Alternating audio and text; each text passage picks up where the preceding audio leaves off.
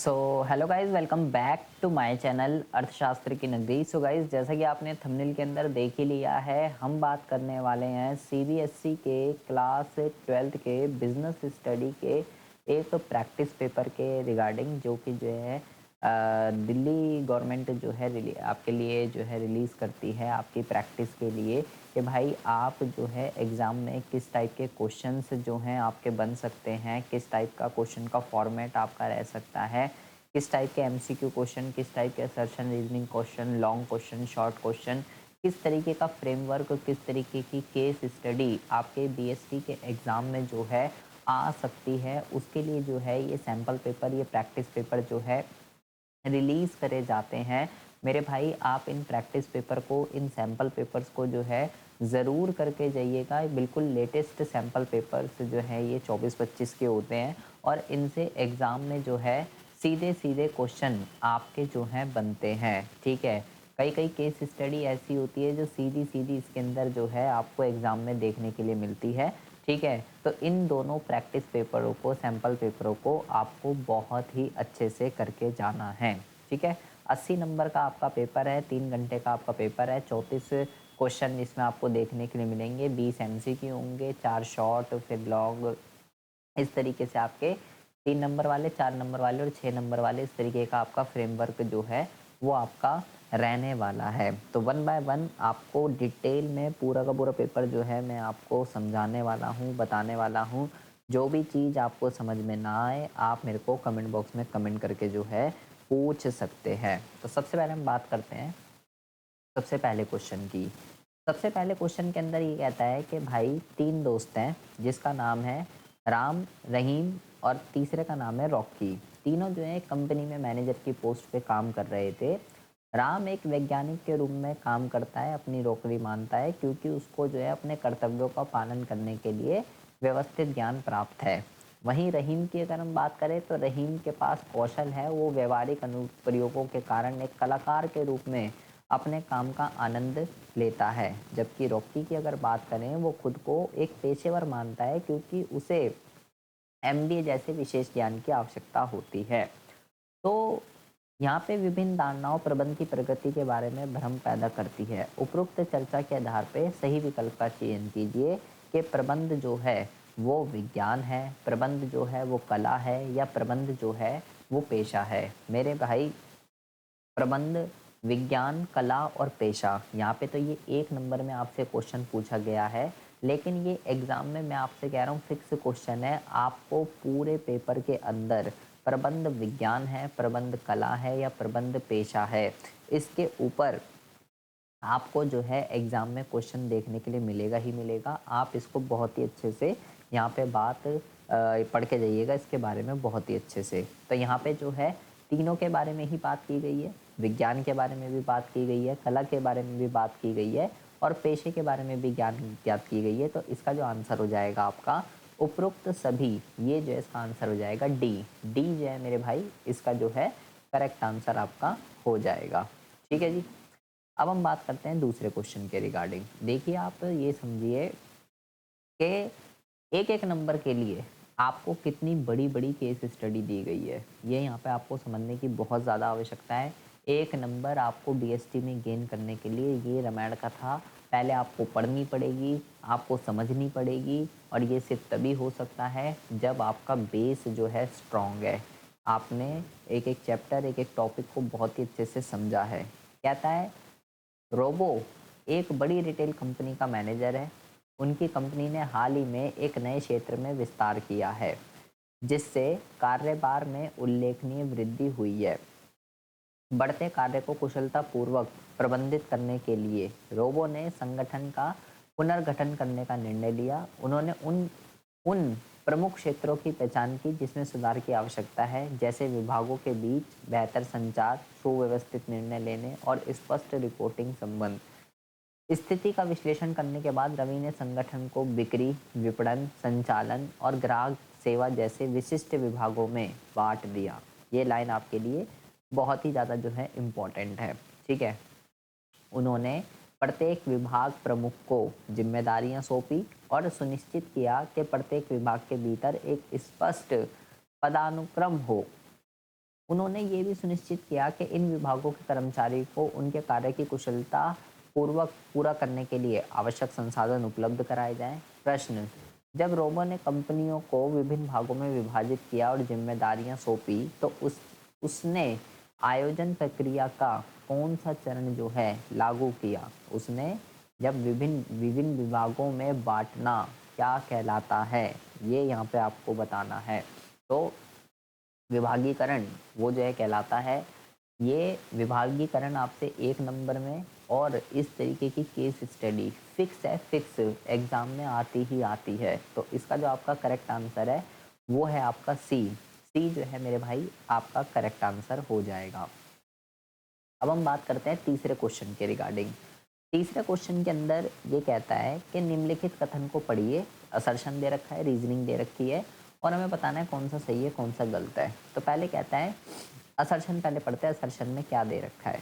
कहता है कि जो कंपनियां नियंत्रण के स्तर को कमजोर नहीं करना चाहती, मतलब कंट्रोलिंग का जो प्रोसेस है उसको जो है कमजोर नहीं करना चाहती, उन्हें उन्हें टैप में निवेश करना चाहिए, क्योंकि इक्विटी में इक्विटी में निवेश करने से व्यवसाय पर प्रबंधन नियंत्रण कमजोर हो जाएगा।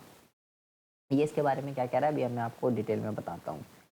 ये कह रहा है कि एक कंपनी के अंदर जो कंपनियां नियंत्रण के स्तर को कमजोर नहीं करना चाहती, मतलब कंट्रोल जो है बहुत ही स्ट्रिक्ट होना चाहिए, कंट्रोल कई लोगों के हाथों में नहीं जाना चाहिए। तो कह रहा है उनको जो है टैप में निवेश करना चाहिए, ठीक है, क्योंकि इक्विटी में निवेश करने से व्यवसाय पे प्रबंधन नियंत्रण कमजोर हो जाएगा। क्योंकि इक्विटी भाई शेयर होल्डर है, मालिक है, जितना ज़्यादा कंपनी इक्विटी से पैसा बोरो करेगी, जितना पैसा कंपनी इक्विटी से करेगी, तो भाई वो भी मालिक है, वो भी शेयर होल्डर है, तो उसको भी इंटरफेयर करना पड़ेगा मैनेजमेंट में। अब जितने ज़्यादा लोगों के हाथों में कंट्रोल जाता है उतना ज़्यादा जो है बखेड़ा फैलता है और नियंत्रण में जो है डील होती है। तो क्या ये चीज़ ठीक लिखी हुई है, क्या ये चीज़ गलत लिखी हुई है? तो ये बात तो बिल्कुल ओके लिखी हुई है। अब हम बात करते हैं रीज़न की। रीज़न में क्या लिखा हुआ है? रीज़न में लिखा हुआ है फंड जुटाने की लागत फंड के स्रोतों का चयन करते समय ध्यान में रखे जाने वाला सबसे महत्वपूर्ण कारक है कि हमें इक्विटी से पैसा लेना चाहिए, हमें डिवेंचर से पैसा लेना चाहिए, हमें रिटेन अर्निंग से पैसा लेना चाहिए, हमें कहाँ से पैसा लेना चाहिए, वो ये डिपेंड करता है कि उसकी कॉस्ट जो है वो कितनी आ रही है। क्या ये बात ठीक है? किसको कितना इंटरेस्ट देना पड़ेगा अगर मैं इक्विटी से पैसा लूँ, प्रेफरेंस से पैसा लूँ, डिवेंचर से पैसा लूँ, हर चीज़ की कॉस्टिंग होती है, तो हर चीज़ मैटर करती है। तो क्या ये चीज़ ठीक लिखी हुई है, क्या ये चीज़ गलत लिखी हुई है? ये बात भी बिल्कुल ओके लिखी हुई है, दोनों बातें सही लिखी हुई है। लेकिन अगर आप ऊपर देखें, ऊपर थोड़ी बात चल रही थी नियंत्रण की, ठीक है, और नीचे बात चल रही है सोर्स ऑफ फाइनेंसिंग की। बातें दोनों ठीक लिखी हुई हैं, लेकिन इससे कोई लिंक नहीं हो रहा है, कोई बात सही से नहीं बैठ रही है। तो इसका जो करेक्ट आंसर हो जाएगा आपका वो हो जाएगा सी, कि भाई बात है तो दोनों सही, असर्शन भी ठीक है, रीज़न भी ठीक है, लेकिन रीज़न जो है वो असर्शन की करेक्ट एक्सप्लेनेशन जो है वो नहीं दे पा रहा है। ठीक है जी। उसके बाद हम बात करते हैं क्वेश्चन नंबर 4 की। क्वेश्चन नंबर 4 में कहता है कि ये कथन पढ़िए और बताइए कि दोनों सही है या गलत है। वित्तीय बाजार जो है वित्तीय परिसंपत्तियों को तरलता प्रदान करता है। बिल्कुल सही बात है, बिल्कुल ओके। वित्तीय बाजार में वित्तीय परिसंपत्तियों का आदान प्रदान होता है। वित्तीय बाजार लेन देन की लागत को कम करता है। बिल्कुल, क्या ये बात ठीक है, क्या ये बात गलत है? ये भी बिल्कुल। अगर वित्तीय बाजार ना होते तो आज आप वित्तीय परिसंपत्तियों में लेन देन करना आपके लिए बहुत ज़्यादा कॉस्टली हो जाता। दोनों बातें ठीक लिखी हैं, ये तो हलवा क्वेश्चन है। तो ए इसका जो है करेक्ट आंसर हो जाएगा। फिफ्थ की बात कर लेते हैं। फिफ्थ में कहता है कि कार्यभार कार्यभार विश्लेषण को सही ढंग से उजागर करने वाले कथन का चयन करें। किसको उजागर करने वाले? कार्यभार विश्लेषण को सही ढंग से उजागर करने वाले। तो मूल्यांकन, मूल्यांकन और अंतिम मिलान, पहले में ये लिखा हुआ है। दूसरे में लिखा हुआ है कि परिचित होना और कौशल विकास। तीसरे में लिखा हुआ है विभिन्न नौकरियों के प्रदर्शन और संगठनात्मक उद्देश्यों की संगठनात्मक उद्देश्यों की पूर्ति के लिए आवश्यक मानव संसाधनों की संख्या और प्रकार का जो है क्या करना, प्रकार का जो है आंकलन करना। फिर लिखा हुआ है सबसे उपयुक्त उम्मीदवार को चुनना और अनुपयुक्त को अस्वीकार करने की प्रक्रिया। तो भाई कार्यभार विश्लेषण जो है वो डिपेंड करता है इस पे। इसका जो करेक्ट आंसर है वो है सी, कि विभिन्न नौकरियों के प्रदर्शन और संगठन के उद्देश्य की पूर्ति के लिए कि आपका ऑर्गेनाइजेशनल ऑब्जेक्ट क्या है, ठीक है, उसके लिए आपको कितने मानव संसाधनों की आवश्यकता है, ठीक है, किस प्रकार के मानव संसाधनों की आवश्यकता है, उसको जो है एनालाइज करना और उसके हिसाब से क्या करना, विभिन्न नौकरियों का प्रदर्शन करना। इट्स कॉल्ड कार्यभार विश्लेषण, ठीक है। आपका मतलब ये कार्यभार विश्लेषण का मतलब क्या, क्या आपकी कंपनी में कितने एक्चुअल में कितने ह्यूमन पावर की नीड है, कितना वर्कलोड आपके जो है कंपनी के अंदर है, उस चीज को कार्यभार विश्लेषण जो है कहते हैं। उसके बाद हम बात करते हैं क्वेश्चन नंबर 6 की। क्वेश्चन नंबर 6 में कहता है कि उपभोक्ताओं को खुश करते हुए वित्त मंत्री निर्मला सीतारमन ने क्या कर दिया, सोना, चांदी और प्लैटिनम पर आयात शुल्क में कटौती की घोषणा कर दी है कि भाई अब आपको जो है इन पे आयात शुल्क जो है कम देना पड़ेगा। कुल शुल्क 24 जुलाई से प्रभावी 15% से घटकर 6% तक कर दिया गया है। प्लैटिनम के लिए इसे मौजूदा इतने से घटाकर इतना कर दिया गया है। आभूषणों पर 3% जीएसटी सहित कुल लगभग 18% था, अब इसे आधा करके 9% तक कर दिया गया है। मतलब सोने में, चांदी में, प्लैटिनम में हर जगह आयात शुल्क जो है फाइनेंस मिनिस्टर ने घटा दिए मेरे भाई, जिससे आभूषणों की मांग बढ़ सकती है। दूसरी ओर बढ़ी हुई मांग से सोने का आयात बढ़ सकता है, जो कि भारत की आयात टोकरी में तीसरा सबसे बड़ा घटक होगा। अब जब डिमांड बढ़ेगी और आपका डोमेस्टिक उसको पूरा नहीं कर पाएगा तो आयात करना पड़ेगा। और अब जब आयात होगा तो आयात तो भारत और भी चीजें करता है, तो कहता है भारत की आयात की टोकरी में तीसरा सबसे बड़ा घटक होगा। मतलब पहले भी हम और चीजें जो दूसरी कंट्री से आयात करते हैं, मतलब पहली और दूसरी तो है ही, तीसरी ये और हो जाएगी भाई, ठीक है। जो भी चीजें हम आयात करते हैं बल्क में, वो तो आपको पूरा डेटा देखना पड़ेगा, क्या चीजें भारत जो है सबसे ज्यादा आयात करता है, किस चीज का आयात जो है भारत सबसे ज्यादा करता है। तो अगर ऐसा हुआ तो भाई गोल्ड जो है वो तीसरा इंपोर्ट में तीसरे नंबर पर आ जाएगा। तो कहता है उपरोक्त समाचारों से व्यावसायिक वातावरण के घटकों की जो है पहचान कीजिए कि यहाँ पे जो है किन किन घटकों की बात की गई है। तो देखिए यहाँ पे पहली बात तो इंटरेस्ट रेट वगैरह की बात चल रही है, आयात शुल्कों वगैरह की बात चल रही है, ठीक है। तो आर्थिक वातावरण तो इसके अंदर है ही है, ठीक है। आर्थिक वातावरण इकोनॉमिक्स की बात चल रही है ना यहाँ पे, तो इकोनॉमिक तो है ही, ठीक है। और दूसरा किसकी बात चल रही है, दूसरा भाई यहाँ पे जो है बात चल रही है उपभोक्ताओं को खुश करने के लिए सबसे पहली लाइन में। तो उपभोक्ता कौन है, उपभोक्ता तो समाज है यहाँ पे, ठीक है। तो इसका जो करेक्ट आंसर होगा वो होगा बी, कि भाई यहाँ पे आर्थिक और सामाजिक वातावरण की बात चल रही है मेरे भाई। व्यावसायिक वातावरण के घटक एक फिक्स क्वेश्चन है एग्जाम में, फिक्स, आप इसको छोड़ के नहीं जा सकते, आप इसको घोल कर पी जाइए। एग्जाम में फिक्स क्वेश्चन है, बिना इसके एग्जाम में पेपर बनता ही नहीं है, ठीक है। इसको आप घोल कर, मतलब घोल कर जिसको कहते हैं, ये आप पी जाइए। अब हम बात करते हैं अगले क्वेश्चन की। अगले क्वेश्चन में यहाँ पे आपको एक सिंबल दे रखा है, ठीक है। अब ये एक सिंबल दे रखा है, कह रहा है उपभोक्ता द्वारा ऊपर दिए गए यहाँ पे क्वालिटी चिन्हों को देखते समय निभाई जाने वाली जिम्मेदारियों की जो है पहचान कीजिए। कि अगर आपको किसी प्रोडक्ट पे ये वाला सिंबल जो है दिखता है, तो उपभोक्ता को कौन कौन सी अपनी रिस्पॉन्सिबिलिटियों को पूरा करना चाहिए। उपभोक्ता के कुछ अधिकार होते हैं, कुछ उत्तरदायित्व होते हैं, कुछ जिम्मेदारियां होती हैं। तो उसने पूछा कौन कौन सी जिम्मेदारी, ये लोगो जो है, ये जो है किस चीज़ को जो है रिफ्लेक्ट करता है। ये सुनिश्चित करता है कि खुद पर जोर दे कि आपको उचित सौदा मिल रहा है। ये रसीद प्राप्त करने को रिफ्लेक्ट करता है। केवल मानकीकृत उत्पाद ही खरीदे, इस चीज़ को रिफ्लेक्ट करता है। या अपने व्यवहार में ईमानदारी दिखाइए, ये लोगों किस चीज़ को रिफ्लेक्ट करता है। तो ये जो है रिफ्लेक्ट करता है कि हमें केवल मानकीकृत उत्पाद ही खरीदने चाहिए, हमें बिना मानकीकृत उत्पाद जो हैं वो नहीं खरीदने चाहिए। ये इस चीज़ को जो है रिफ्लेक्ट करता है। तो इसका जो करेक्ट आंसर है आपका 7वें का, वो है आपका सी। सी जो है आपका इसका करेक्ट आंसर हो जाएगा। उसके बाद हम बात करते हैं क्वेश्चन नंबर 8 की। क्वेश्चन नंबर 8 में ये आपसे कहता है भाई निम्नलिखित, इसको असर्शन रीजनिंग दे रखे हैं, देख लेते हैं। पहले असर्शन देखते हैं। कहता है नियंत्रण जो है ना वो संगठन में व्यवस्था और अनुशासन इसका माहौल बनाता है, बल्कि सब कुछ सिस्टमैटिक वे में चले और डिसिप्लिन से चले। तो क्या ये बात ठीक है, क्या ये बात गलत है? बिल्कुल ओके है जी, यही तो करता है नियंत्रण।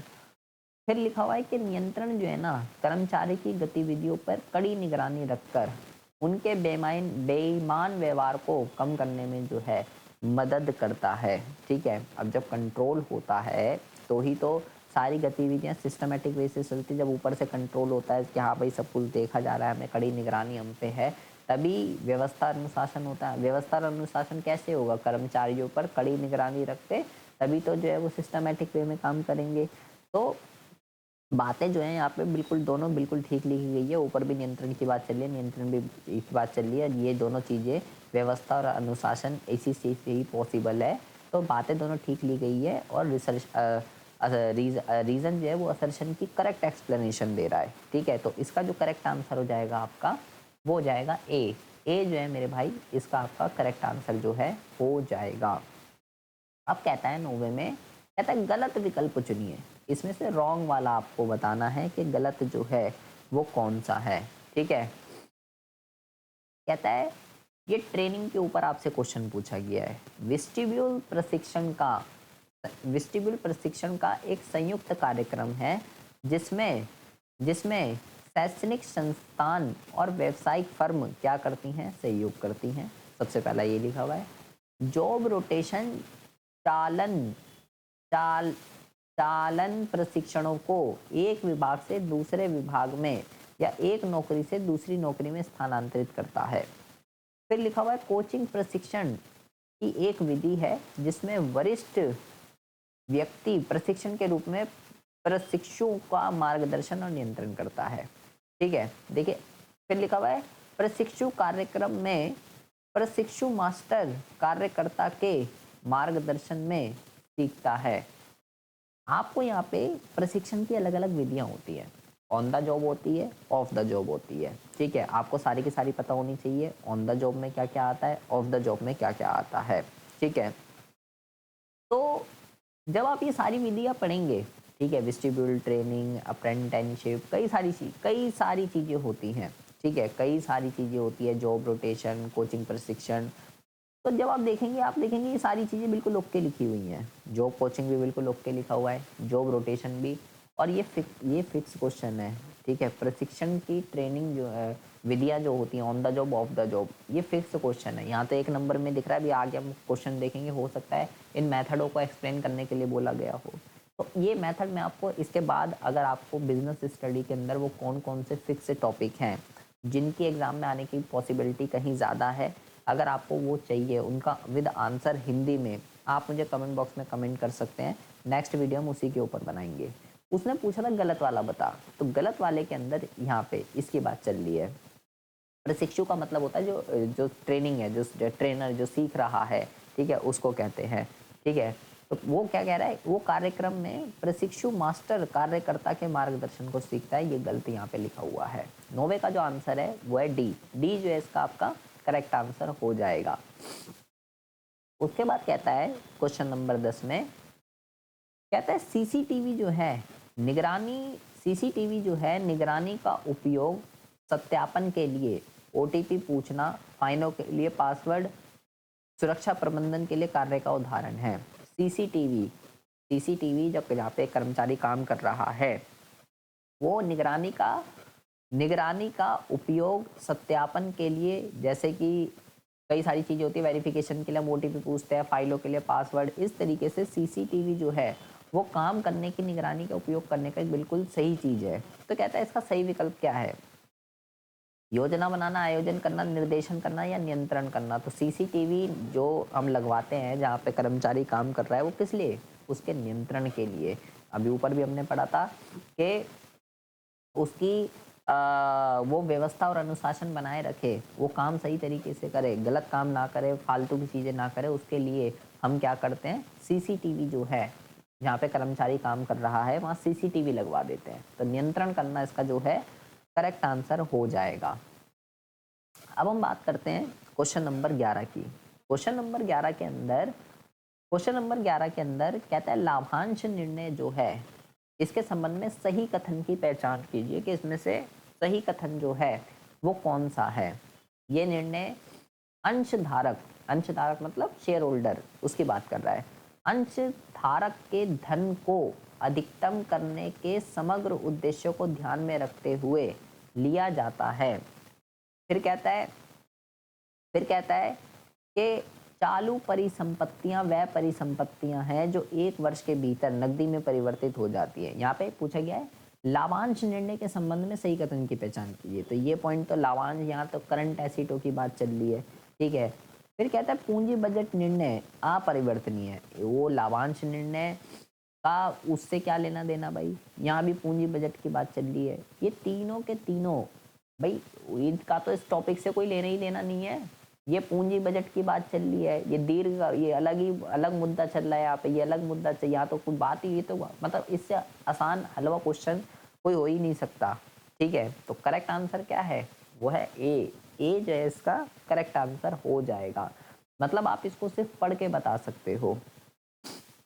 फिर कहता है क्वेश्चन नंबर 12 में, ये जो जिला आयोग होता है ना, जिला आयोग, जब आप उपभोक्ता वाला चैप्टर पढ़ेंगे तो आप पढ़ेंगे 3 तरीके की स्टेजेस होती है, 3 तरीके के वो बने हुए हैं कि कौन से उसमें कहाँ तक के केसेस को सॉल्व किया जाता है। और फिक्स क्वेश्चन है, ये फिक्स एग्जाम में आता ही आता है। तो कहता है जिला आयोग के पास उन शिकायतों पे विचार करने का अधिकार क्षेत्र होता है जहाँ विचार के रूप में भुगतान की गई वस्तु सेवाओं का मूल्य कहाँ से कहाँ तक। आप तीनों का बहुत ही अच्छे से पढ़ के जाएंगे कि ये 3 जो होते हैं, यहाँ पे कौन कितने रुपए से कितने रुपए तक के केसेस सॉल्व किए जाते हैं, ठीक है। सेकंड में कहाँ से कहाँ तक किए जाते हैं और थर्ड में कहाँ से कहाँ तक किए जाते हैं, ठीक है। तो यहाँ पे जो है मेरे भाई, जो केस सॉल्व किए जाते हैं जिला आयोग में, वो किए जाते हैं 1 करोड़ से अधिक और 10 करोड़ से कम तक के जितने भी केस होते हैं वो जिला आयोग के पास जो है सॉल्व किए जाते हैं, ठीक है जी। उसके बाद हम बात करते हैं क्वेश्चन नंबर 13 में। क्वेश्चन नंबर 13 की अगर हम बात करें तो यहाँ पे आपको जो है 2 कॉलम दे रखे हैं और कहता है कि कॉलम 1 में दिए गए कथनों का कॉलम 2 में दिए गए व्यावसायिक वातावरण के आयामों से क्या कीजिए, मिलान कीजिए कि कौन सा किससे रिलेटेड है, ठीक है। देख लेते हैं। तो सबसे पहले कहता है कि लोग स्वास्थ्य और तंदुरुस्ती के प्रति अधिक जागरूक हो रहे हैं। तो ये जो है ये कौन से उसमें आता है, तो ये जो है वैधानिक में आता है, सामाजिक में आता है, ये राजनीतिक में आता है, या ये मेरे भाई तकनीकी में आता है। तो मेरे भाई ये जो है ये आता है आपका सामाजिक में। ये किस में आता है आपका, ये जो है ये आता है आपका सामाजिक में, ठीक है। फिर कहता है कि भारत सरकार ने हाल ही में वेतन भुगतान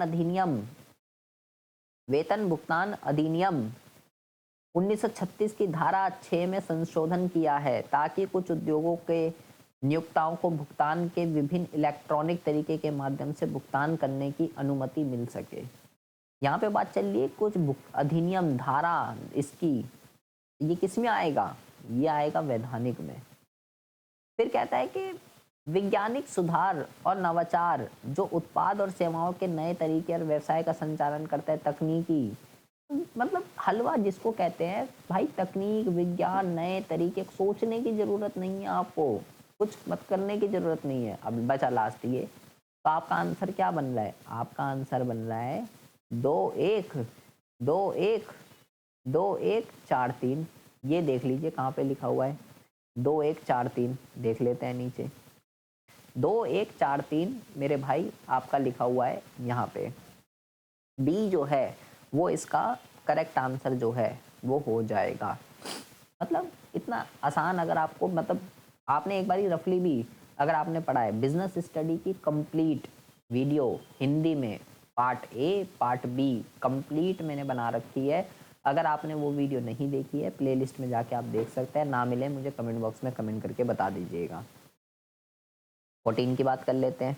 14 में कहता है विपणन मार्केटिंग जो है उसमें एक विशेषता है जो व्यक्तियों को और समूह को वह प्राप्त करने में मदद करती है जो उनके पास होना चाहिए। उपयुक्त विकल्प चुनें जो उपरोक्त कथन का सबसे अच्छा वर्ण करता है। तो यहाँ पे जो बात चल रही है वो बात चल रही है आवश्यकता की और इच्छा की। ठीक है, विपणन की, ये विपणन के मार्केटिंग के फीचर की बात चल रही है कि मार्केटिंग जो है, मार्केटिंग के अंदर एक ऐसा फीचर होता है कि जो व्यक्ति और समूह को प्राप्त करने में, जो व्यक्तियों को और समूह को प्राप्त करने में मदद करता है कि उनके पास जो उनके पास होना चाहिए। ठीक है, यहाँ पे इसके जब आप पढ़ेंगे बुक के अंदर तो आवश्यकता और इच्छा ये क्या होता है वो आपको पता चलेगा मार्केटिंग का, मार्केटिंग क्या होती है, मार्केटिंग के फीचर्स क्या क्या होते हैं। आप देखोगे कि पॉइंट पे केस स्टडी बनी हुई है, एक एक पॉइंट पे। 15 देख लेते हैं। 15 में कहता है कि राधु जो है वो तन्वी कंसल्टेशन लिमिटेड में एचआर मैनेजर है। अच्छा जी, उन्हें सालाना 20 लाख रुपए का वेतन भी दिया जाता है। बहुत बढ़िया भाई। उन्हें बाजार मूल्य से कम कीमत पर कंपनी के अंश भी दिए जाते हैं, शेयर्स दिए जाते हैं, मतलब कि बहुत बढ़िया बात है ये तो भाई। किसी कंपनी के द्वारा अपने एचआर मैनेजर को भुगतान करने के लिए निम्नलिखित में से कौन सी विधि अपनाई जाती है। यहाँ पे जो है देखिए क्या क्या पूछ रहा है, क्या क्या ऑप्शन है यहाँ पे। पहले कहता है समय आधारित प्रत्यक्ष वित्तीय भुगतान। 8 घंटे की नौकरी करो, अपना भाई 30,000 रुपये ले जाओ, सीधा सीधा। क्या ये चीज़ फॉलो करी जाती है? एचआर की बात कर रहा है ये। प्रदर्शन आधारित प्रत्यक्ष वित्तीय भुगतान, जैसी परफॉर्मेंस वैसा आपका पे, परफॉर्मेंस के ऊपर डिपेंड करेगा। समय आधारित, समय आधारित वेतन और प्रोत्साहन, पैसा भी और प्रोत्साहन भी, ये थोड़ा इससे और ऊपर एक लेवल। डी पे कहता है समय आधारित वेतन और साथ ही प्रदर्शन आधारित वित्तीय प्रोत्साहन। किसकी बात कर रहा था ये बात कर रहा था एचआर मैनेजर की। एचआर जो होते हैं कंपनी में उनको पे आउट, उनकी जो पेमेंट है, जो सैलरी है, वो इंसेंटिव जो है वो किन चीज़ों पे डिपेंड करते हैं? वो मेरे भाई डिपेंड करते हैं इसके ऊपर। समय आधारित वेतन, ठीक है, आप 8 घंटे की नौकरी कर रहे हो, आपकी 30,000 सैलरी तो होगी ही होगी, लेकिन आपकी परफॉर्मेंस भी डिपेंड करती है। आप जितना अच्छा परफॉर्मेंस करेंगे उतना अच्छा आपको इंसेंटिव मिलेगा। ठीक है, किस तरीके से आप काम कर रहे हो, कितनी हायरिंग कर रहे हो, क्या फायरिंग कर रहे हो, कंपनी की कितनी कॉस्ट बचा रहे हो, कई सारी चीज़ें होती हैं एचआर के ऊपर, कई सारे काम होते हैं एचआर के पास जिसके ऊपर उसका जो है पे आउट डिसाइड होता है। तो 15वें का जो आंसर है वो है डी। डी जो है इसका मेरे भाई करेक्ट आंसर हो जाएगा। उसके बाद हम बात करते हैं क्वेश्चन नंबर 16 की। क्वेश्चन नंबर 16 में कहता है कि भारत में जो है ना उपभोक्ता संगठनों और गैर सरकारी संगठनों की भूमिका के संबंध में सही विकल्पों की क्या कीजिए, पहचान कीजिए कि इसमें से सही विकल्प क्या है। जो उपभोक्ता संगठन बने हुए हैं कस्टमर की प्रॉब्लम को सॉल्व करने के लिए, और जो भी गैर सरकारी संगठन हैं जो ये सब बने हुए हैं, ये इनके लिए सही चीज, सही इनका महत्व बताना है, इसकी उसमें सही पॉइंट जो है वो कौन सा है।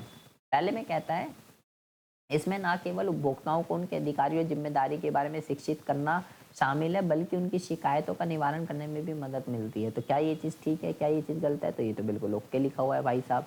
इसमें ना केवल उपभोक्ताओं के हितों की रक्षा के लिए न्यायिक तंत्र की आवश्यकता होती है, बल्कि उपभोक्ताओं को अपने हितों की सुरक्षा और संवर्धन के लिए एकजुट होकर उपभोक्ता संघ बनाने की भी आवश्यकता होती है। क्या ये चीज़ ठीक लिखी हुई है, क्या ये चीज़ गलत लिखी हुई है? अब यहाँ पे ये जो है एक लाइन लिखी हुई थी, ये यहाँ पे ये जो लिखी हुई है इसकी वजह से जो है ये चीज़ गलत हो चुकी है। उपभोक्ता के हितों का ध्यान रखना और किसी भी प्रकार के शोषण से बचाना किसी भी व्यवसाय का नैतिक कर्तव्य है। यहाँ पे क्या बात चल रही है? व्यवसाय का नैतिक कर्तव्य है। ऊपर बात चल रही थी उपभोक्ता संगठन और गैर सरकारी संगठन। ये बात ओके लिखी हुई है, ये बात ओके लिखी हुई है, but it does not related to उपभोक्ता संगठन और गैर सरकारी संगठन, ठीक है, उससे रिलेटेड नहीं है। बिजनेस के पॉइंट ऑफ व्यू से ये बिजनेस का जो है इंपॉर्टेंस है ये बिजनेस की, ठीक है, पॉइंट बिल्कुल ओके है, but not related to as per question. इसका उद्देश्य उपभोक्ता के हितों की सुरक्षा और संवर्धन करना और स्वयं मुआवजा देना है। तो ये चीज गलत लिखी हुई है यहाँ, ये खुद मुआवजा कंपनसेशन उपभोक्ता को मिलता है, ना कि इनको। तो ये तीनों बातें गलत लिखी हुई हैं, ठीक है। तो सही बात क्या लिखी हुई है? सही बात लिखी हुई है ए पे जो है बिल्कुल करेक्ट बात जो है लिखी हुई है।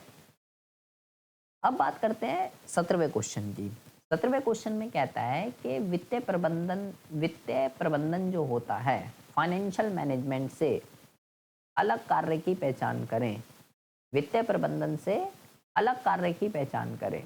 थोड़ा क्वेश्चन क्या कहता है? कहता है मूल्य निर्धारण में सुविधा प्रदान करें, ग्राहकों की जरूरतों पर ध्यान केंद्रित करें, बचत को जुटाना और उन्हें सबसे अधिक उत्पादों को उपयोग में लगाना, लेन देन की लागत को कम करें।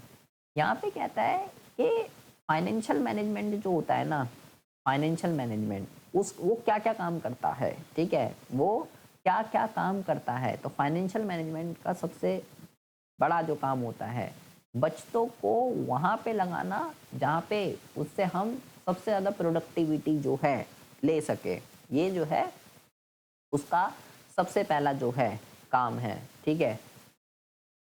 और ये इसकी इंपॉर्टेंस भी है, ठीक है। लेन देन की लागत को कम करना भी हमने ऊपर पढ़ा था, लेकिन यहाँ पे सी जो है इसका करेक्ट आंसर होगा। वित्तीय प्रबंधन के कार्य की बात कर रहा है, ये कार्य की, ठीक है, कार्य की बात कर रहा है, इसी वजह से ये इसका आंसर है करेक्ट, ठीक है। महत्व की बात नहीं कर रहा, नहीं तो उसके हिसाब से तो डी बी ओके लिखा हुआ था। अब हम बात करते हैं 18वें क्वेश्चन की।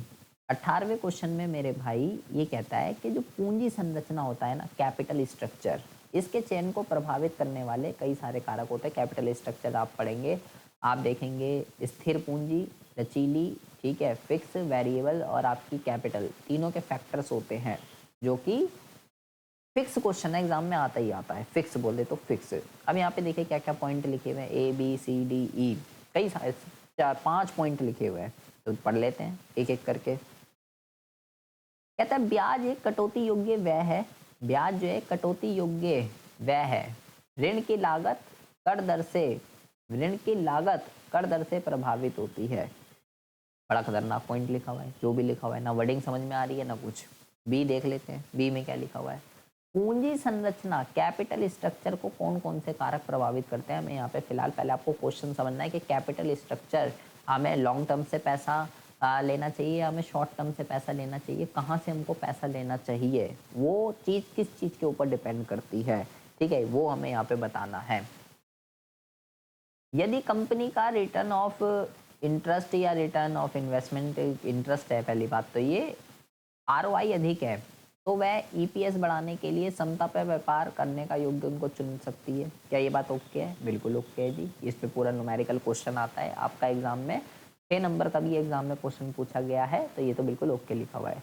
यदि कोई फर्म अपनी ऋण क्षमता का पूरा उपयोग करती है तो वह आगे ऋण जारी करने की लचीलापन खो देती है। बिल्कुल ये बात भी बिल्कुल जो है ओके लिखी हुई है। जैसे जैसे वित्तीय उत्तोलन बढ़ता है, फाइनेंशियल लिवरेज की बात चल रही है यहाँ पे, उत्तोलन का मतलब लिवरेज होता है, सस्ते ऋण के बढ़ते उपयोग के कारण निधियों की लागत जो है कम हो जाती है, जिससे वित्तीय जोखिम बढ़ जाता है। ये तीन तो भाई बिल्कुल ओके लिखे हैं। कच्चे माल की उपलब्धता, इसका पूंजी संरचना से कोई लेना देना नहीं है। बी सी डी ये तीनों पॉइंट जो है कैपिटल स्ट्रक्चर से जो है लिंक्ड है और इसको अफेक्ट करते हैं कि हमें पैसा इक्विटी से, प्रेफरेंस से, शॉर्ट टर्म से, लॉन्ग टर्म से, कहाँ से हमें पैसा जो है लेना चाहिए, ठीक है, कहाँ से हमें जो है पैसा लेना चाहिए, वो कैपिटल स्ट्रक्चर को इफेक्ट करता है। पहला पॉइंट में देखिए क्या लिखा हुआ है, ऋण की, यहाँ पे लिखा हुआ है ब्याज एक कटौती योग्य व्यय है, ऋण की लागत कर दर से प्रभावित होती है, ठीक है। अब यहाँ पे ऋण की लागत, यहाँ पे देखिए बात किसकी चल रही है, इंटरेस्ट की। इंटरेस्ट रेट जो है, इंटरेस्ट की जो कॉस्टिंग है वो टैक्स से इफेक्ट होती है। मतलब यहाँ जो बात चल रही है टैक्स की और इंटरेस्ट की बात चल रही है, इन दोनों में कॉन्ट्राडिक्शन चल रहा है यहाँ पे।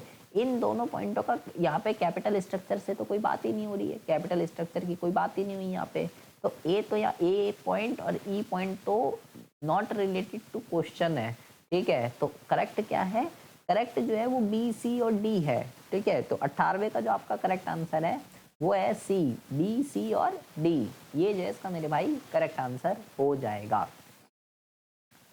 उसके बाद कहता है कि जो दीपू है ना, दीपू जो है, दीपू से पानी की बोतल के लिए मुद्रित अधिकतम खुदरा मूल्य जो एमआरपी होता है, एमआरपी उससे अधिक पैसे ले लिए, 20 रुपए की बोतल के 30 रुपए ले लिए भाई।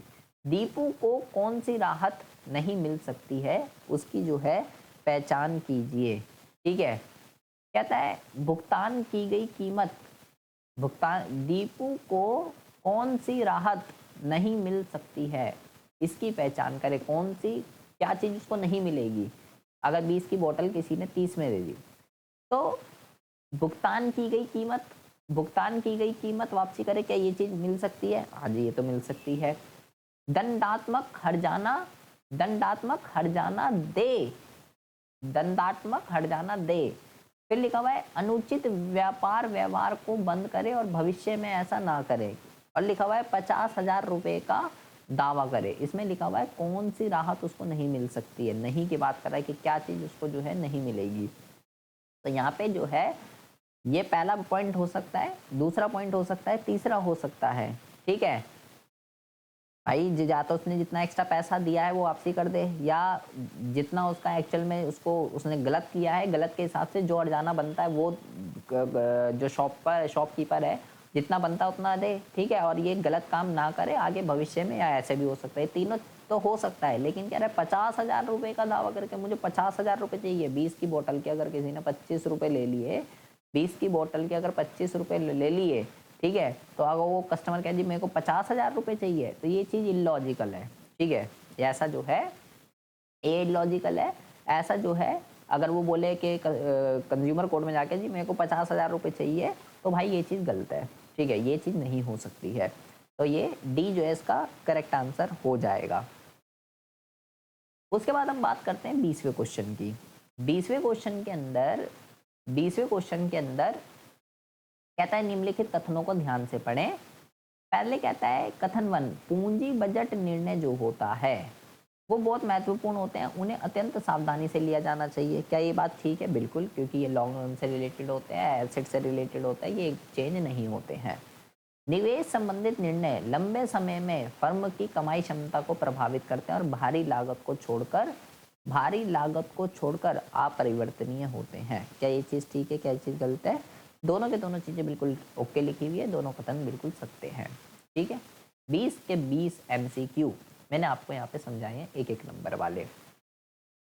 अब मेरे भाई आपको बहुत ही ज़्यादा आपके 35 क्वेश्चन आपके एग्जाम में आते हैं, 35, ठीक है, जिसमें से आप देखेंगे अगर 20 एमसीक्यू आपने सही कर दिए तो आपका कल्याण हो जाएगा। 27 नंबर चाहिए होते हैं आपको, सिर्फ 7 नंबर चाहिए। अब आप देखेंगे डायरेक्ट क्वेश्चन आपसे जो है यहाँ पर पूछे गए हैं, डायरेक्ट क्वेश्चन यहाँ पे आपसे जो है पूछे गए हैं। आप बहुत ही आसानी से इसको जो है कर सकते हैं, सीधा बुक से कॉपी पेस्ट मारना है। इन क्वेश्चनों को मैं आपको एक्सप्लेन नहीं करने वाला हूँ, क्योंकि ये तो सीधे सीधे क्वेश्चन है, बुक उठाओगे आपको वहाँ से भी मिल जाएंगे। जैसे कि 21वां क्वेश्चन देखिए, कहता है अर्थ, लचीलेपन और उद्देश्य के आधार पर प्रक्रिया और विधि के बीच में क्या अंतर होता है? बुक खोलेंगे आप, आपको मिल जाएगा। निर्णय और नीति में क्या अंतर होता है? इन तीनों के बिहाफ पे बुक खोलेंगे, आंसर मिल जाएगा। मतलब ये ऐसे आपको कॉपी पेस्ट मारना है, इसके लिए आपको अपना दिमाग खपाई की, सोचने की कोई आवश्यकता आपको यहाँ पे नहीं है। बुक में आप खोलोगे, प्लानिंग वाले चैप्टर से आपसे क्वेश्चन पूछे गए हैं, प्लानिंग के जो टाइप्स होते हैं, ठीक है, उस वाले चैप्टर से क्वेश्चन है। अलग अलग टाइप की पॉलिसीज होती हैं, ठीक है, सीधे सीधे आंसर ये आपसे पूछे गए हैं। तो इसमें आपको ज़्यादा दिमाग 20 तो आपने एमसीक्यू कर दिए, ठीक है, सीधे सीधे अभी आपको क्वेश्चन दिखाऊंगा, सीधे सीधे कितने क्वेश्चन है, 3 नंबर का ये बन गया आपका, 23 हो गए। अभी आप देखेंगे सीधे सीधे अगला देख लीजिए। नेतृत्व की अवधारणा को समझाइए, नेतृत्व क्या होता है, किस चीज को नेतृत्व कहते हैं, बताओ, ऐसा क्वेश्चन। फिर कहता है दो परिस्थितियां बताइए जिसमें निरंकुश नेतृत्व शैली सबसे अधिक प्रभावी होती है। लीडरशिप की बात करें, लीडरशिप क्या होती है वो बता दीजिए, ठीक है। और लीडरशिप की अलग अलग स्टाइल होते हैं, ऑटोक्रेटिक, डेमोक्रेटिक, कई सारे स्टाइल होते हैं। तो हमें इसने कौन सा पूछा है? निरंकुश नेतृत्व शैली सबसे अधिक प्रभावी होती है? इस वाले इसकी जो है इसने जो है बात करी है। तो निरंकुश नेतृत्व शैली क्या होती है? सबसे पहले तो आपको ये पता होना चाहिए कब इसको अडॉप्ट करना चाहिए, कब नहीं करना चाहिए, दोनों पढ़ के जानिए, फिक्स क्वेश्चन है एग्जाम के अंदर। तो ये मेरे भाई ऐसे क्वेश्चन है, निर्देशन की अवधारणा को समझाइए, उसके तत्व बताइए। मतलब हलवा सीधा सीधा, कोई केस स्टडी नहीं, कुछ नहीं, बस आपको एग्जाम में कॉपी बुक से पढ़ा आपने, निर्देशन क्या होता है, डायरेक्टिंग किसको कहते हैं और उसके क्या तत्व होते हैं, सीधा आपको पेस्ट मार के आना है। मतलब ये ऐसे क्वेश्चन है 3-3 नंबर के, जो बुक, कोई केस स्टडी नहीं है इसके अंदर, आपको कॉन्सेप्ट नहीं समझना कि कौन सा है, क्या चीज इसके अंदर लग रही है। तो ऐसे क्वेश्चन की एग्जाम में आने की पॉसिबिलिटी, आपको 4 से 5 क्वेश्चन मेरे भाई आपको मिलेंगे ही मिलेंगे। आप बहुत आसानी से बिजनेस स्टडी के अंदर 27 नंबर ला सकते हैं, 20 एमसीक्यू और 4-5 ऐसे सीधे सीधे क्वेश्चन पकड़ लीजिए। आपका कल्याण जो है इन्हीं में निहित है, आप इसको बहुत ही अच्छे से समझ लीजिए। ठीक है, अब देखिए जी, कहता है प्रसंस्कृत खाद्य पदार्थ बनाने के व्यवसाय में लगी आस्था लिमिटेड प्रसंस्करण खाद्य पदार्थ, ठीक है, मतलब कि फूड प्रोडक्ट बनाती है, उनका प्रसंस्करण करती है, उसमें आस्था लिमिटेड नाम की एक कंपनी है जो कि क्या करती है, उसके बारे में निम्नलिखित जानकारियों से सुझाव दें, हमें सजेशन देनी है कि क्या डिबेंचर से ऋण पत्र जारी करना कंपनी द्वारा एक तर्कसंगत निर्णय माना जाएगा और क्यों। तो यहाँ पे ये एक तरीके का आपका न्यूमेरिकल हो गया है, ठीक है, जो कि पार्ट बी से है आपका। जैसे कि आप देखेंगे, ऋण पत्र जारी करके कितने रुपए, इतने 80 लाख रुपए की अतिरिक्त पूंजी की, ऋण पत्र जारी करके 80 लाख रुपए की अतिरिक्त ऋण पूंजी की उसको आवश्यकता है। ऋण की जो लागत है वो 10% है, 10% का ब्याज जाएगा इस पे। पिछले वर्ष के लिए ईबीआईटी 8 लाख रुपए है, 8 लाख रुपए, और कुल पूंजी निवेश इन्वेस्टमेंट कितना था, 1 करोड़ रुपए। तो आपको यहाँ पे ये बताना है, क्या देना है, सुझाव देना है, क्या ऋण पत्र जारी करना कंपनी द्वारा एक तर्कसंगत निर्णय माना जाएगा और क्यों, कब हमें डिबेंचर से पैसे लेने की जरूरत होती है, कब हमें डिबेंचर से पैसा लेना चाहिए और कब नहीं लेना चाहिए। तो मेरे भाई अगर आप ईबीआईटी देखेंगे, ईबीआईटी ही आपका 8 लाख रुपए है, ठीक है, और अगर मैं डिबेंचर से पैसा ले लेता हूँ, अगर मैं डिबेंचर से पैसा ले लेता हूँ, 80 लाख रुपए अगर मैं उठा लेता हूँ, तो 10% का इंटरेस्ट फिक्स जाएगा ही जाएगा। 8 लाख रुपए आपके पास प्रॉफिट जो है वो मेरे भाई क्या हो जाएगा, वो मेरे भाई जीरो हो जाएगा, जीरो। ठीक है, तो ईबीआईटी में से सबसे पहले इंटरेस्ट माइनस होता है, फिर टैक्स माइनस होता है। आपको पूरा क्वेश्चन मैंने आपको करा रखा है न्यूमेरिकल, वीडियो ना मिले तो मेरे से मांग लीजिएगा, पूरी कंप्लीट न्यूमेरिकल क्वेश्चन इसमें मैंने आपको करा रखा है। तो मेरे ख्याल से तो यहाँ पे कंपनी को जो है ऋण पत्र से पैसा नहीं लेना चाहिए, ठीक है, क्योंकि उसकी जो प्रॉफिट है वो बहुत ही ज़्यादा कम है। कब लेना चाहिए इसको पैसा, ठीक है, नहीं लेना चाहिए। अब उसने पूछा अपना सुझाव दे, तो मेरे ख्याल से यहाँ पे नहीं लेना चाहिए, ठीक है। यहाँ पे आप ये लिख देंगे कि उसको ऋण पत्र से पैसे नहीं लेना चाहिए, क्योंकि भाई प्रॉफिट ही सपोज जितना उसका ईबीआईटी है, अगर मैं इससे पैसा उठा लूँगा 8 लाख रुपए का, तो मैं इंटरेस्ट ही पे कर दूंगा, तो मेरा तो ईबीआईटी पूरा जीरो ही हो जाएगा, ठीक है, मेरा ईबीआईटी पूरा जीरो ही हो जाएगा। तो उसको इससे पैसा जो है वो नहीं लेना चाहिए। अब देखिए, और इसमें ऐसा कुछ ज़्यादा खास चीज़ नहीं करनी है, बस लिखा था अपना सुझाव दे और क्यों नहीं लेना चाहिए वो बता दीजिए। अब कहता है, अब देखिए बिल्कुल अपडेटेड क्वेश्चन आपको देखने के लिए मिलेंगे, मतलब कि जो आप अभी करंट में जो चीज़ें चल रही हैं, जो चीज़ें हो रही हैं, उसके ऊपर यहाँ पे आपसे पूछा जाएगा। व्यावसायिक वातावरण का बताया था, व्यावसायिक वातावरण का ये क्वेश्चन है, ठीक है, जो कि मैंने आपको बताया था फिक्स है, ये आप एग्जाम में आता ही आता है। कहता है ज़ेप्टो जो है ना, वो एक प्रतिस्पर्धी और तेजी से बढ़ता किराना डिलीवरी बाजार में काम करता है। ज़ेप्टो क्या है आपको पता होना चाहिए, 10 मिनट में आपको जो है 10 मिनट में आपको जो है ग्रोसरीज वगैरह जो है आपके घर पे डोर पे जो है उपलब्ध कराता है। एआई आधारित एल्गोरिथम ने डिलीवरी मार्गों को अनुकूलित किया है और तेजी से डिलीवरी सुनिश्चित की है। उनका डार्क स्टोर मॉडल ये सुनिश्चित करता है कि आइटम डिलीवरी जोन पर उपलब्ध है और 10 मिनट में डिलीवरी का वादा पूरा करता है। श्री आदित्य और श्री 12 ने नेतृत्व में बाजार की मांगों के अनुसार तेजी से विस्तार और अनुकूल की दृष्टि थी। Swiggy, Instamart, Blinkit, big basket जैसी स्थापित खिलाड़ियों से प्रतिस्पर्धा करना। प्रतिस्पर्धा बढ़त बनाए रखने के लिए इनके लिए निरंतर नई नई चीजें, रणनीति योजना की आवश्यकता होती है। ऑनलाइन शॉपिंग में वृद्धि विशेष रूप से कोविड-19 के बाद उनके व्यावसायिक मॉडल को लाभान्वित किया है। मुद्रास्फीति और डिस्पोजेबल आय में परिवर्तन उपभोक्ता खर्च व्यवहार को प्रभावित कर सकता है, जिसमें जेप्टो की बिक्री और लाभप्रदता प्रभावित हो सकती है। कहता है व्यावसायिक वातावरण के महत्व की व्याख्या कीजिए जिसने श्री आदित्य और श्री 12 को उद्यम के प्रदर्शन को बेहतर बनाने में सक्षम बनाया। पहले आपको करना क्या है, पहले आपको व्यावसायिक वातावरण का महत्व बताना है। महत्व तो महत्व का मतलब क्या होता है कि हमें हमें एक्सटर्नल इन्वायरमेंट जो है, व्यावसायिक वातावरण जो है, हमें उसको समझना क्यों जरूरी है, क्योंकि भाई अफसरों की जब तक पहचान नहीं होगी, उन्होंने जेप्टो ने क्या करा, जेप्टो ने मार्केट के अंदर लूप होल देखा कि भाई मार्केट के अंदर लूप होल क्या है। मार्केट के अंदर लूप होल ये है कि ये सारी जितनी भी कंपनियां हैं थी, Swiggy, Instamart, Blinkit, big basket, ये सब आपके पास पहले से थे। लेकिन अगर आप इनका डिलीवरी टाइम देखेंगे तो ये डिलीवरी दे रहे थे भाई 30, 40, 50 मिनट, 60 मिनट में।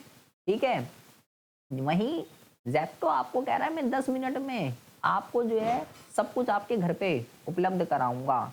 आईफोन तक आपको, अभी कुछ आप टाइम पहले आप टीवी पे देख रहे होगे, आईफोन तक कह रहा था 10 मिनट में आईफोन आपके घर पे आ जाएगा ज़ेप्टो पे। तो उनने मार्केट के अंदर लूप होल देखा कि इन कंपनियों का लूप होल क्या है। अवसरों की पहचान करना सबसे पहला व्यावसायिक वातावरण का महत्व होता है ये। ठीक है, तो अवसर भी होते हैं, खतरे भी होते हैं, कई सारी चीजें होती हैं, संसाधन वगैरह, कई इसके महत्व आप पढ़ना 4-5 पॉइंट है। लेकिन सबसे पहला पॉइंट जो है वो है अवसरों की, व्यावसायिक वातावरण को समझना इसलिए जरूरी है क्योंकि आपको अवसरों की पहचान होती है। सबसे पहला ये तो आपको लिखना ही लिखना है इसके अंदर। ठीक है, तो उन्होंने लूप होल देखा, भाई ये इनका लूप होल है, उसने इसी लूप होल पे काम किया और आज जेप्टो जो है उन्होंने इस सब जो इनकी कॉम्पिटिटर थे इन सबको जो है पिछाड़ दिया है। ठीक है, व्यावसायिक वातावरण का महत्व में सबसे पहला होता है, सबसे पहला महत्व ये है कि हमें व्यावसायिक वातावरण को इसलिए ऑब्जर्व करना चाहिए क्योंकि इससे हमें अवसरों की पहचान होती है। ठीक है, बाकी एक दो चीजें और है महत्व में, वो आप इसको पढ़ के लिख देंगे। ठीक है, एक संसाधन वाला लिख देंगे, 2-3 पॉइंट होते हैं, 4 है टोटल, उसमें से 1-2 आप लिख देंगे 3 नंबर का। पहला अवसर वाला तो आपको जरूर लिखना है। ठीक है, अच्छा जी, अब हम बात करते हैं क्वेश्चन नंबर 25 में। बहुत ही ज़्यादा ध्यान से सुनेंगे। क्वेश्चन नंबर 25, क्वेश्चन नंबर 25 में कहता है कि मेरे ख्याल से यहाँ पे पेटीएम आएगा यहाँ पे। ठीक है, ये प्रिंटिंग मिस्टेक है। पेटीएम जो है वो भारत के अग्रणी डिजिटल पेमेंट प्लेटफॉर्म में से एक अपनी सफलता का बड़ा हिस्सा कुशल प्रबंधन को समर्पित करता है। ठीक है, पेटीएम की बात चल रही है यहाँ पे। पेटीएम के प्रबंधन ने भारत में डिजिटल वॉलेट और कैशलेस लेन देन की संभावनाओं को जल्दी ही पहचाना है। ठीक है, उन्होंने अपने सेवाओं के विस्तार के लिए एक स्पष्ट रोड मैप तैयार किया जिसमें मोबाइल पेमेंट, ई कॉमर्स, वित्तीय सेवाएं भी शामिल थी। पेटीएम के प्रबंधन ने यह सुनिश्चित किया कि सही संसाधन जिसमें तकनीकी ढांचा, जिम्मेदारियां शामिल हैं, उनके बढ़ते ग्राहक आधार के लिए तैयार हो। बैंकों ने और अन्य वित्तीय संस्थाओं के साथ कंपनी की साझेदारी ने इसकी पहुंच को बढ़ाने में आगे बहुत ज़्यादा भूमिका निभाई है। कुशल कर्मचारियों की भर्ती और प्रशिक्षण पेटीएम के लिए महत्वपूर्ण भूमिका निभा रहा है। प्रबंधन ने तकनीकी और ग्राहक सेवा संबंधी पहलुओं को संभालने के लिए एक सक्षम कार्यबल तैयार करने पर ध्यान केंद्रित किया जिसमें सेवाओं के सुचारू रूप से संचालन हो सके। सेवाओं की गुणवत्ता बनाए रखने के लिए पेटीएम का प्रबंधन प्लेटफॉर्म के प्रदर्शन को लगातार निगरानी करता है, समस्याओं का समाधान करता है और नई नई तकनीकियों के विस्तार के साथ तालमेल बनाए रखता है। ग्राहकों से नियमित रूप से फीडबैक लेकर वे अपनी सेवाओं में सुधार करते हैं। इन मुख्य प्रबंधन कार्यों के माध्यम से पेटीएम ने भारत में डिजिटल डिजिटल व्यवस्था में एक एक अग्रणी स्थिति क्या कर ली है, एक अग्रणी स्थिति जो है वो प्राप्त कर ली है। ठीक है, तो कहता है उपरोक्त अवधारणा को पहचानिए और समझाइए। ठीक है, ये यहाँ पे आपसे जो है इसमें पूछा गया है। अब मैंने आपको यहाँ पे इतने क्वेश्चन कराए हैं, आप इसको बहुत ही अच्छे से पढ़िए, सीधा सीधा सब कुछ लिखा हुआ है, सीधा सीधा। ठीक है, आप मुझे कमेंट बॉक्स में कमेंट करके बताएंगे कि यहाँ पे जो है किस कॉन्सेप्ट की बात चल रही है। उसने बोला ना कि कॉन्सेप्ट बताइए, उसे पहचानिए और बताइए, यहाँ पे समझाइए कि क्या है। आप मुझे इसका आंसर कमेंट बॉक्स में कमेंट करके बताएंगे। अगला क्वेश्चन देखिए, सीधा सीधा है, 4 नंबर का, तो इस पर हम ज़्यादा टाइम वेस्ट नहीं करने वाले हैं। चयन प्रक्रिया को सरल बनाने के लिए ताकि त्रुटियों की संभावना कम से कम हो, कुछ प्रशिक्षण किए जाते हैं। टेस्ट होते हैं कुछ जो व्यक्तियों की विशेषताओं को मापने का प्रयास करते हैं। किन्हीं 4 ऐसे प्रशिक्षणों की व्याख्या कर दीजिए। तो प्रशिक्षण की जब आप सिलेक्शन का प्रोसेस जब आप पढ़ेंगे, सिलेक्शन के प्रोसेस के अंदर कई सारे टेस्ट होते हैं। ठीक है, तो कोई भी 4 टेस्ट आपको यहाँ पे डिफाइन कर दें। शुरू में होते हैं 1-2। ठीक है, पहले प्रिलिमिनरी स्क्रीनिंग वगैरह जो है वो आप यहाँ पे डिफाइन कर देंगे। और 4 तरीके के टेस्ट, एप्टीट्यूड टेस्ट होते हैं। ठीक है, इंटेलिजेंसी टेस्ट होता है, कई सारे टेस्ट होते हैं। ठीक है, बीच में जब आप 3rd 4th राउंड पे आ जाते हैं तो कई सारे टेस्ट होते हैं। वो कोई से भी 4, उसने बोला कोई भी 4 बता दे, तो इससे आसान क्वेश्चन मतलब हलवा, सीधा सीधा कोई हो ही नहीं सकता है। अगला देखिए, सीधा सीधा है, भर्ती से रिलेटेड 2 आंतरिक स्रोत बता दीजिए। भर्ती आंतरिक होती है और बाह्य होती है। ठीक है, तो कहता है 2 आंतरिक स्रोतों की व्याख्या कीजिए, उनका उपयोग किसी संगठन द्वारा अपेक्षित पदों को भरते के लिए। बस 2 आंतरिक बता दीजिए। आंतरिक के अंदर क्या होता है, ट्रांसफर आप कर सकते हो। ठीक है, प्रमोशन और ट्रांसफर, कोई भी ये दो को समझा दीजिए आप। ठीक है, इससे आसान क्या होगा। ठीक है, जैसे कि और यहाँ पे जो प्रशिक्षण था, आप योग्यता प्रशिक्षण, मनोवैज्ञानिक प्रशिक्षण, दक्षता प्रशिक्षण, चिकित्सा प्रशिक्षण, 4 बोले ना उनने, तो 4 कौन कौन से लिखोगे। योग्यता होता है, मनोवैज्ञानिक होता है, दक्षता होता है, चिकित्सा होता है। ठीक है, medical test, efficiency test, psychological test, aptitude test, कई सारे टेस्ट होते हैं, कोई भी लिख दीजिए। और यहाँ पे मैंने आपको बताया पदोन्नति और प्रमोशन और ट्रांसफ़र 2 होते हैं आंतरिक के अंदर, और बाह्य में भी होते हैं। दोनों के लाभ, दोनों की हानि भी अच्छे से पढ़ के जाएंगे क्योंकि एग्जाम में पूछे जाते हैं। सीधा सीधा क्वेश्चन है 4 नंबर का। ठीक है, कोई आपको कुछ सोचने की कोई ज़्यादा ज़रूरत यहाँ पे नहीं है। अब बात करते हैं क्वेश्चन नंबर 27 की। क्वेश्चन नंबर 27 में भाई बहुत ज़्यादा ध्यान से सुनेंगे क्या कहता है। क्वेश्चन नंबर 27 में ये कहता है आपसे कि एक सामुदायिक परियोजना में स्थानीय पार्क बनाने के लिए 3 नेता उभरे जिसके नेतृत्व शैलियां अलग थी, श्रीमती सिंह, श्रीमती जोशी और श्रीमती वर्मा। प्रत्येक नेता ने परियोजना को अनूठे तरीके से संभाला। बहुत ज़्यादा ध्यान से सुनेंगे। स्थानीय पार्क बनाने के लिए एक जगह पे पार्क बनाना है, एक प्रोजेक्ट है। क्वेश्चन ध्यान से समझ लीजिए, आपसे ही पूछूंगा मैं। ये एक प्रोजेक्ट है। प्रोजेक्ट क्या है कि आपको अपने लोकल एरिया में पार्क बनाना है। 3 नेता थे, तीनों के नाम ये दे रखे हैं। तीनों ने अलग अलग नेतृत्व शैलियाँ, मतलब लीडरशिप स्टाइल की बात कर रहा है ये। ठीक है, कि कौन ने किसने क्या क्या लीडरशिप स्टाइल अडॉप्ट करे। लीडरशिप स्टाइल मेरे भाई फिक्स क्वेश्चन है एग्जाम में, बार बार कह रहा हूँ, खासकर ऑटोक्रेटिक और डेमोक्रेटिक। पहली जो थी उसने क्या करा, उसने स्वतंत्र रूप से निर्णय लेने के लिए प्रत्येक टीम सदस्य के लिए विशिष्ट कार्य निर्धारित किए।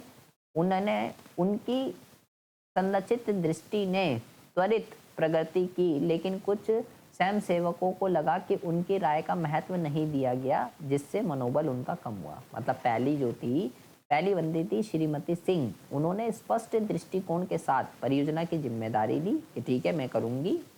उन्होंने स्वतंत्र रूप से निर्णय लिए, खुद ने डिसीजन लिए और प्रत्येक टीम सदस्य के लिए विशिष्ट कार्य निर्धारित किया कि तू ये करेगा, तू ये करेगा, तू ये करेगा। सब कुछ उसने खुद डिफाइन किया। उनकी संरचित दृष्टि ने त्वरित प्रगति की। सब कुछ काम सिस्टमेटिक वे में हुआ, सब कुछ बढ़िया हुआ, लेकिन कुछ स्वयं सेवकों को लगा कि उनकी राय का महत्व नहीं दिया गया, जिससे कि उनका मनोबल कम हुआ। मतलब कि उनके भी कुछ विचार थे, उनके भी कुछ व्यूज थे, कुछ आइडियाज थे। तो यहाँ पे कौन सा वाला डायग्राम बनेगा, यहाँ पे बनेगा ये वाला डायग्राम। लीडर है और उसके बंदे में अंडर काम कर रहा है ये वाला। अगर आप बुक देखेंगे तो बुक में इस तरीके का बना हुआ है कि भाई आप जो है लीडर बताता रहेगा, आप बस वो काम करो जो मैं बोल रहा हूँ। आपको अपना ज़्यादा दिमाग चलाने की कोई ज़रूरत नहीं है। तो ये सबसे पहला स्टाइल होता है, ठीक है। जोशी जी ने क्या करा, सभी टीम सदस्यों से विचार एकत्रित करने के लिए बैठक आयोजित की, सबसे डिस्कशन किया, सबसे सुना, ठीक है। ये वाला बात करता है आप लातों के बूतों बातों से काम करोगे, आपको स्ट्रिक्ट रहता है यहाँ पे लीडर जो है वो स्ट्रिक्ट रहता है। यहाँ लीडर स्ट्रिक्ट नहीं रहता है, यहाँ पे राय ली जा रही है, एम्प्लॉय से सब कुछ बातचीत करी जा रही है। उन्होंने खुली चर्चा की प्रोत्साहन किया, सामूहिक सहमति के आधार पर निर्णय लिए, सबसे डिस्कशन किया, अपने कर्मचारियों को डिसीजन मेकिंग में इन्वॉल्व किया। इससे सामुदायिक भावना और प्रतिस्पर्धा को बढ़ावा मिला, जिससे परिणाम स्वरूप नवीन विचार और उस टीम का मनोबल बना। यहाँ पे मेरे भाई सबसे डिस्कशन लिया गया। यहाँ पे इस तरीके का डायग्राम बनेगा, ये लीडर है, ये मान लीजिए 4 बंदे हैं ABCD, ठीक है। पहले भाई ने चारों से डिस्कशन लिया, चारों से डिस्कशन करा, चारों से बात करी, तब जाके जो है डिसीजन लिया गया। ये दूसरा है, ठीक है। इन तीनों के नाम होते हैं, आप मुझे कमेंट बॉक्स में डायग्राम बना रहा हूँ सबके, आप मुझे डायग्राम ऑटोक्रेटिक कौन सा है, डेमोक्रेटिक कौन सा है, आप बताना ऑटोक्रेटिक में क्या होता है, डेमोक्रेटिक में क्या होता है, ठीक है। जैसे ऊपर एक 3 तरीके की होती है, आप मुझे बताना। और तीसरे में कहता है श्रीमती वर्मा ने टीम के सदस्यों को स्वतंत्र रूप से काम करने दिया, मार्गदर्शन बहुत कम प्रदान किया, जबकि इससे कुछ व्यक्तियों को पहल करने का अवसर मिला। तीसरे में डायग्राम बनेगा ये वाला कि भाई आपको जो करना है वो करो। 4 बंदे हैं ABCD, ठीक है, आपको आपस में जो करना है करो, मैं तो भाई यहाँ पे हूँ लीडर जो है, यहाँ डायग्राम बना देता हूँ इसका डायग्राम इस तरीके से बनता है। लीडर अलग रहता है, जो करना है आपस में कर्मचारियों को वो आप करिए, आपस में जो मर्जी डिस्कशन आपको करना है करो, मैं तो अलग रहूँगा, मेरी जहाँ पे ज़रूरत पड़ेगी वो मैं देख लूँगा, जो करना है आपको करना है, बिल आप पे फटेगा, आप कर रहे हो सारा का सारा। तो ये तीनों स्टाइल मेरे भाई फिक्स है एग्जाम में, ये आते ही आते हैं, ठीक है। तीनों का डायग्राम आप अच्छे से बना के आइए, तीनों के मीनिंग, तीनों के लाभ हानियाँ क्या क्या होती हैं, इसको बहुत ही अच्छे से करिए। लीडरशिप स्टाइल एक फिक्स क्वेश्चन है, एग्जाम में आता ही आता है, ठीक है। अब देखिए अगला फिक्स क्वेश्चन, ज़्यादा टाइम हम वेस्ट यहाँ नहीं करेंगे। कहता है प्रबंध के कार्य के अभाव में नियोजन अनियंत्रित हो जाता है, कार्य का नाम बताइए और उसके महत्व की जो है पहचान कीजिए कि वो जो है कौन सा जो है यहाँ पे बात की गई है। प्रबंधकीय कार्य के अभाव में नियोजन जो है वो अनियंत्रित हो जाता है। तो कार्य का नाम बताइए और उसके महत्व की व्याख्या कीजिए। नियोजन और नियंत्रण के बीच घनिष्ठ और पारस्परिक संबंध है, कथन की व्याख्या कीजिए। ये ना आए तो ये कर लीजिए, सीधा सीधा क्वेश्चन है 4 नंबर का। इससे आसान क्वेश्चन मेरे भाई कुछ भी नहीं हो सकता है, ठीक है। 28वां देख लीजिए, यहाँ पे कहता है श्री अतुल ने किसी व्यवसाय की तकनीकी जानकारी प्राप्त करने के बाद पूरे जोश और उत्साह के साथ पिज्जा हट का व्यवसाय शुरू कर दिया। कुछ समय तक तो व्यवसाय ठीक ठाक चला, लेकिन बाद में उन्हें घाटा होने लगा। उन्होंने खुद शोध किया, खुद रिसर्च करी और पाया कि बाजार योग, ध्यान और ध्वनि चिकित्सा के माध्यम से स्वास्थ्य की ओर बढ़ रहा है, हेल्थ की तरफ ध्यान दे रहे हैं। उन्होंने उन्होंने प्रशिक्षण लिया, ट्रेनिंग ली और सीखने में कुछ राशि निवेश की और फिर एक नया व्यवसाय शुरू किया, लेकिन फिर भी वह लाभ कमाने में असमर्थ रहे। प्रबंध के किस कार्य की सीमाओं का उल्लेख यहाँ पे किया गया, उन्हें पहचानिए और प्रबंध के पहचाने के कार्य की किन्हीं 3 सीमाओं का क्या कीजिए, किन्हीं 3 सीमाओं का यहाँ पे जो है आपको उल्लेख करना है। तो मेरे ख्याल से यहाँ पे जो है कहता है यहाँ पे श्री अतुल ने किसी व्यवसाय की तकनीकी जानकारी प्राप्त करने के बाद पूरे जोश और उत्साह के साथ पिज्जा हट का व्यवसाय जो है शुरू किया। कुछ समय तक तो व्यवसाय ठीक चला, लेकिन बाद में उन्हें जो है घाटा होने लगा। उन्होंने खुद शोध किया, खुद रिसर्च करी, ठीक है, और पाया कि बाजार योग्य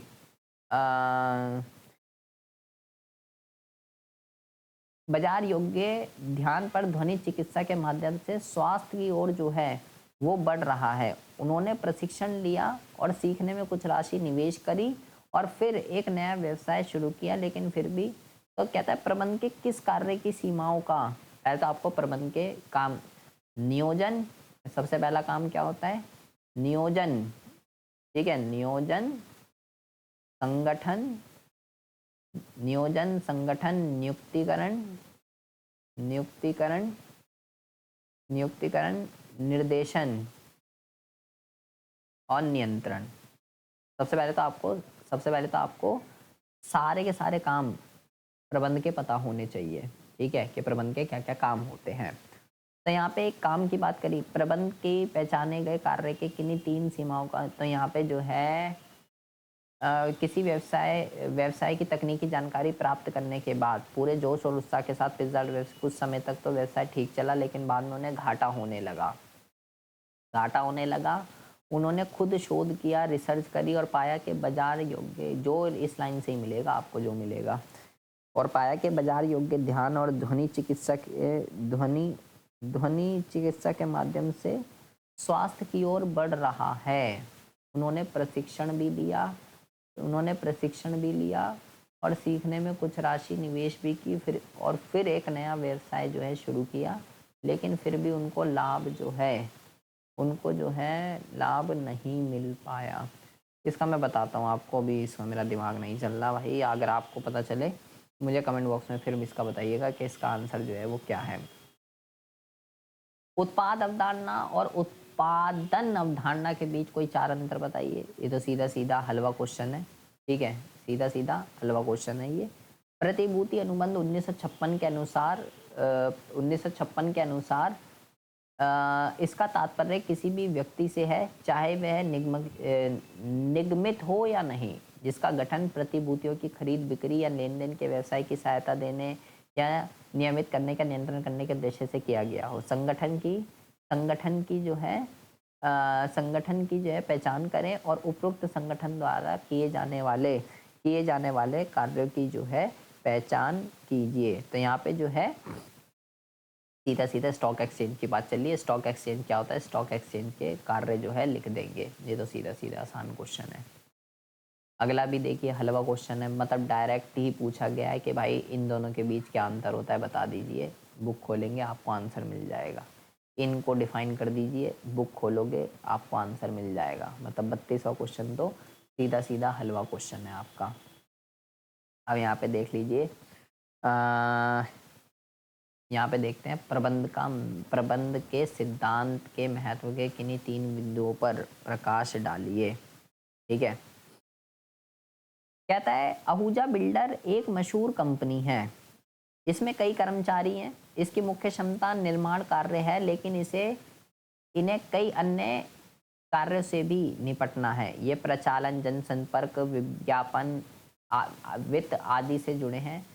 बदलते समय के साथ साथ कंपनी ने इन क्षेत्रों में विशेषज्ञों से इन सेवाओं का आउटसोर्सिंग करने का निर्णय लिया है। इस प्रकार इसने समय बचाने और मुख्य व्यवसाय पर ध्यान केंद्रित करने का निर्णय लिया है, ठीक है। सिविल इंजीनियरों की एक टीम है जो निर्णय समूह का मुख्य निकाय है।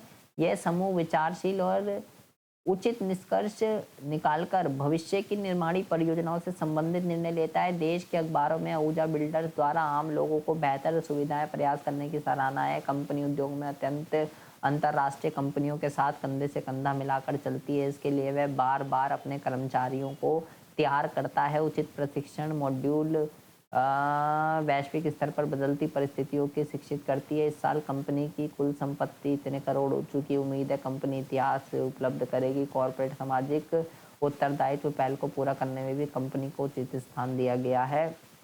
ये पूरी रामायण कथा यहाँ पे भाई एक कंपनी के बारे में आहूजा बिल्डर के नाम पे यहाँ दी गई है, ठीक है। तो कहता है यहाँ पे प्रबंध के महत्व बताइए। तो यहाँ पे कार्य विभाजन की बात की गई है, यहाँ पे सामाजिक उत्तरदायित्व की बात की गई है। देखो सीधा सीधा ये लिखा हुआ है, ठीक है। 5 पॉइंट बता रहा हूँ मैं आपको, 5-6। कार्य विभाजन की बात की गई है, सामाजिक उत्तरदायित्व की बात की गई है, कोऑर्डिनेशन की यहाँ पे बात की गई है, नई नई टेक्नोलॉजी नवाचार की यहाँ पे बात की गई है, ठीक है, लीडरशिप की भी यहाँ पे बात की गई है। ठीक है, प्रबंधन के जब आप महत्व पढ़ेंगे ये चारों पांचों पॉइंट आपको वहाँ पे बहुत ही आसानी से मिल जाएंगे।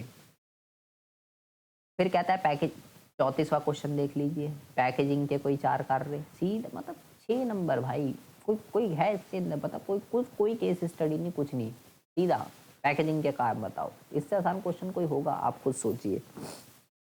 फिर कहता है फिर कहता है कि XYZ ऑर्गेनिक ऑर्गेनिक फूड एक स्टार्टअप है जो स्नैक्स, अनाज और पेय पदार्थ सहित जैविक खाद्य पदार्थों में विशेषता रखता है। कंपनी का लक्ष्य पारंपरिक खाद्य उत्पाद के लिए स्वस्थ, पर्यावरण के अनुकूल विकल्प प्रदान करना है। वह जैविक नई लॉन्च करने की योजना बना रहे हैं और समझाना चाहते हैं कि मार्केटिंग मिक्स के घटकों का उपयोग करके उन्हें प्रभावी ढंग से कैसे बाजार में उतारा जाए। XYZ ऑर्गेनिक फूड की जैविक मिक्स की नई लाइन के लिए विपणन मिश्रण के घटकों की पहचान। विपणन, देखो वह फालतू की यहाँ पे बकवास लिखी गई है। ठीक है, क्या पूछा उसने, विपणन मिश्रण घटकों पर चर्चा करें।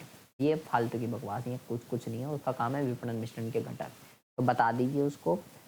4P आपसे पूछा गया है। ठीक है, प्रोडक्ट, प्राइस, प्लेस, प्रमोशन। ठीक है, उत्पाद, मूल्य, स्थान, प्रचार, ये 4 उसको बता दीजिए क्या होते हैं, बस खत्म बात।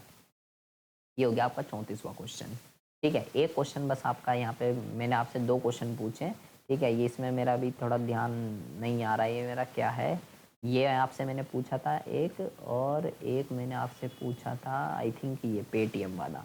ये दोनों के दोनों क्वेश्चन आप मुझे कमेंट बॉक्स में कमेंट करके बताएंगे कि यहाँ पे जो है मेरे भाई क्या बात चल रही है। पूरा का पूरा पेपर मैंने ये आपको सॉल्व करा दिया है। ठीक है, आई होप आपको जो है समझ में आ गया होगा। अगर आपको बिजनेस स्टडी के chapter wise most important question with answer Hindi में चाहिए तो आप मेरे को कमेंट बॉक्स में कमेंट कर सकते हैं।